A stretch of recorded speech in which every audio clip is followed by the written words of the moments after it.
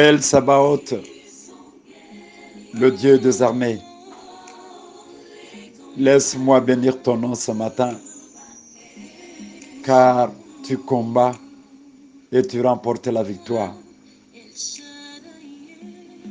Dans tous les temps, tu n'as perdu aucune bataille. Tu es le victorieux historique. Tu combats pour chacun de nous. Et si ce jour, nous sommes encore debout, c'est que tu es à côté de nous et tu nous préserves de beaucoup de dangers. Que ton nom soit béni. Nous voulons, Seigneur, nous entretenir au sujet de ta parole.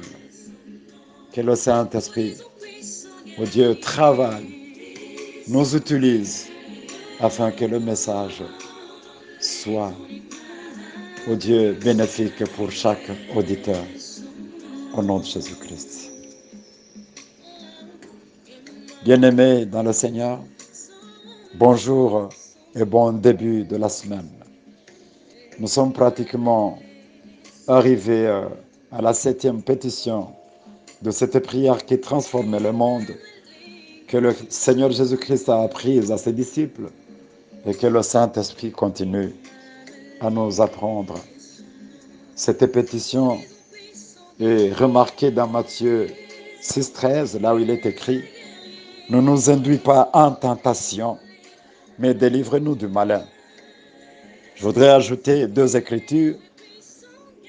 Matthieu 26, 41, là où il est écrit « Veillez et priez afin que vous ne tombiez pas dans la tentation. L'esprit est bien disposé, mais la chair est faible. » Jacques, chapitre 1er, de 13 à 14. Que personne, lorsqu'il est tenté, ne dise « C'est Dieu qui me tente », car Dieu ne peut être tenté par le mal et ne tente lui-même personne. Mais chacun est tenté quand il est attiré et amorcé par sa propre convoitise. Gloire au Seigneur pour sa parole. Bien-aimés, lorsque nous arrivons à cette pétition si importante aussi dans notre vie, lorsque nous demandons à Dieu de ne pas nous induire en tentation et de nous délivrer du malin, là, nous voyons qu'il y a 2 choses, 2 mots indispensables.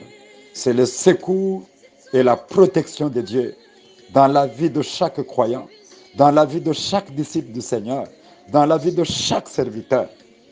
Quand nous entrons dans une telle prière, nous voulons que Dieu nous préserve, nous délivre de toutes les manœuvres du malin. C'est Dieu qui est au-dessus de toutes les autorités et de toutes les puissances de ce monde, dont nous devons chercher secours auprès de lui. Qu'est-ce que nous devons retenir dans cette prière? Ne nous induis pas en tentation, mais délivre-nous du malin. Nous devons savoir que Dieu est en train de dépouiller les autorités et les dominations qui déshumanisent l'humanité. Colossiens 2, 15. Nous devons savoir que c'est Dieu lui-même qui délivre tous ceux qui sont accablés. Nous devons encore retenir que Dieu ne nous tente jamais, mais il peut nous mettre à l'épreuve dans le souci de parfaire notre caractère et pour s'assurer que nous pouvons placer notre confiance en lui. Donc, la tentation a pour but de nous détruire et nous conduire à douter de la bonté de Dieu, de son amour et de forcer sa main.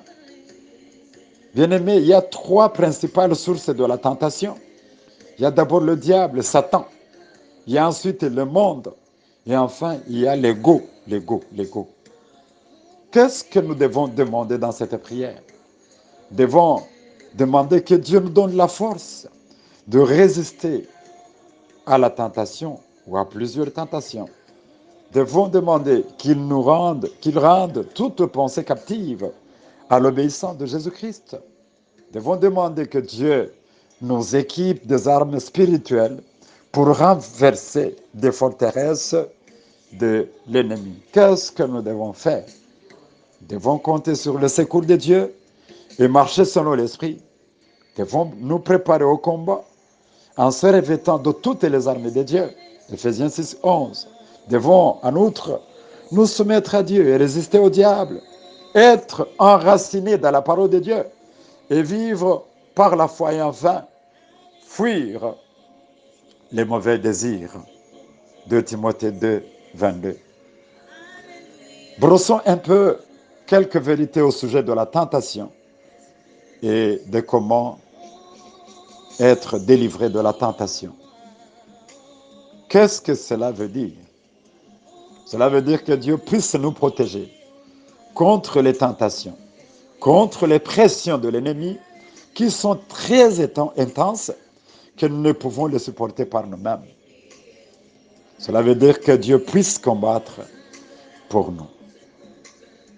Devons aussi savoir que ici, le diable se désigne un accusateur, un diable, un tentateur, un Belzébul, un Bélial, un meurtrier, un père de mensonges, un prince de ce monde, le Dieu de ce siècle, le roi du royaume de l'air, l'ange de l'abîme, le serpent ancien. Toutes ces caractéristiques du diable, il les utilise quand il vient nous tenter. Qu'est-ce que le diable fait d'une manière générale? Il dirige le royaume qui l'oppose à Dieu. Il contrôle le monde présent dominé par le péché. Il jette les maladies et les malédictions. Il éloigne les gens de la vraie adoration. Il s'oppose à l'expansion de l'évangile. Il s'approprie de l'adoration réservée à Dieu. Il se déguise à l'ange de lumière. Il utilise plusieurs plans. Il persécute l'Église et les enfants de Dieu en général. Il détient la clé de la mort. Qu'est-ce que le diable fait contre nous? Il nous tente, il ment, il nous accuse, il nous corrompt, il vole, il tue, il détruit, il influence notre pensée, il rougit comme un lion, il nous fait peur, il nous contrôle, il nous prend dans ses pièges. Comment Satan peut-il transformer l'épreuve en tentation? Dieu ne nous tente pas, comme nous l'avons lu à Jacques, chapitre 1er, de 13 à 14, mais selon 1 Pierre 1, de 6 à 9, selon Genèse 22, du premier verset au troisième, Dieu peut nous mettre en épreuve. Donc l'ennemi, son travail est de transformer les épreuves en tentation. Comment remporter la victoire sur Satan? Nous devons d'abord accepter et croire que Dieu a désarmé Satan par Jésus-Christ. Colossiens 2, 15, Luc 10, 18, 1 Jean 3, 8, Genèse 3, 15. Et ensuite, cette victoire, pour nous être appropriée, nous devons le résister. Matthieu 6, 13, 1 Timothée 5, 13 à 15, Luc 22, 31 à 32. Une autre recommandation de la parole de Dieu, c'est le port de toutes les armes spirituelles. La vérité doit lutter, doit combattre le mensonge. La justice doit combattre l'injustice. Le zèle de l'évangile doit combattre la paresse. La foi doit combattre l'incrédulité. Le salut doit combattre la perdition. La parole de Dieu doit combattre l'analphabétisme biblique. Et la prière doit combattre l'indépendance vis-à-vis de Dieu. Quelles sont les origines de la tentation? Nous l'avons dit, mais nous le répétons pour bien le retenir. La première origine, c'est le diable, Satan. 1 Chronique 21, premier verset. Matthieu 4, premier verset. 1 Thessaloniciens chapitre 3, verset 5. Une autre origine, c'est le monde. 1 Jean 2, 15, 17. Jacques 1, 27. Et une troisième origine, c'est le moi, le moi, le moi, le moi, la convoitise, le plaisir de la chair, le moi, l'ego. Jacques, chapitre 1er, 14, 1 Corinthiens 6, 18. Bien-aimés dans le Seigneur, lorsque nous sommes en train de demander à Dieu de nous délivrer de tout ce qui nous empêche de vivre la vie du royaume sur cette terre, nous sommes en train, évidemment, d'utiliser cette pétition.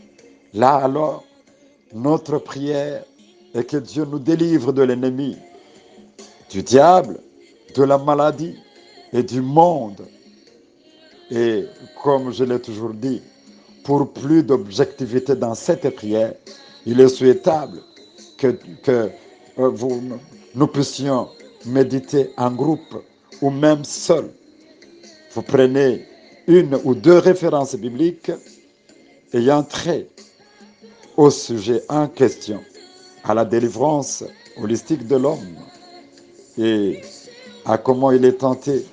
Et vous vous posez la question, qu'est-ce que la Bible m'enseigne ou nous enseigne au sujet de la tentation et de l'épreuve?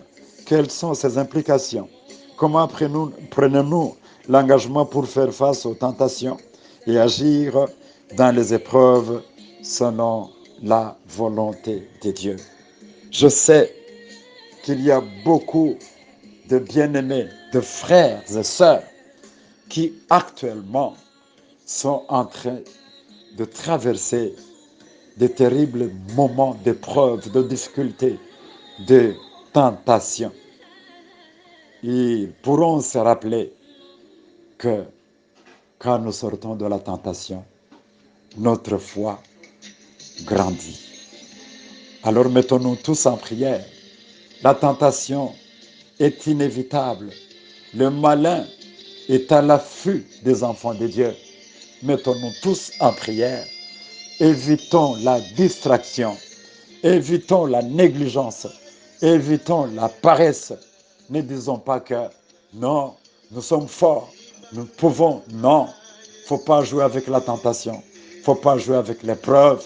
Mais sois toujours auprès de celui qui a remporté la victoire et tu recevras son secours et sa protection.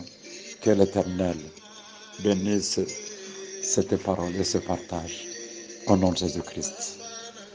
Bonne journée.